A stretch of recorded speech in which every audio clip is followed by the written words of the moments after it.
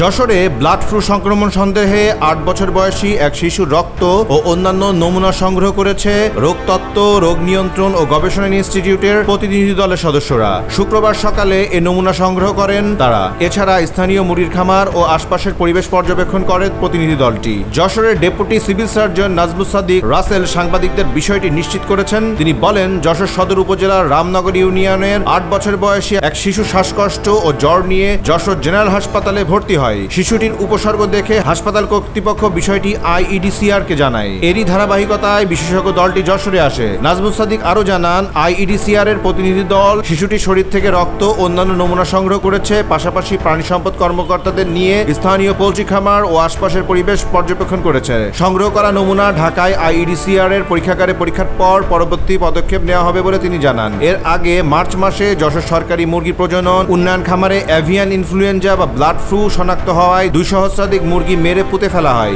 তবে এ ব্যাপারে আতঙ্কিত নয়, বরং সচেতন হওয়ার পরামর্শ দিয়েছে প্রাণী সম্পদ ও স্বাস্থ্য বিভাগ। ডেস্ক রিপোর্ট, দৈনিক রানার।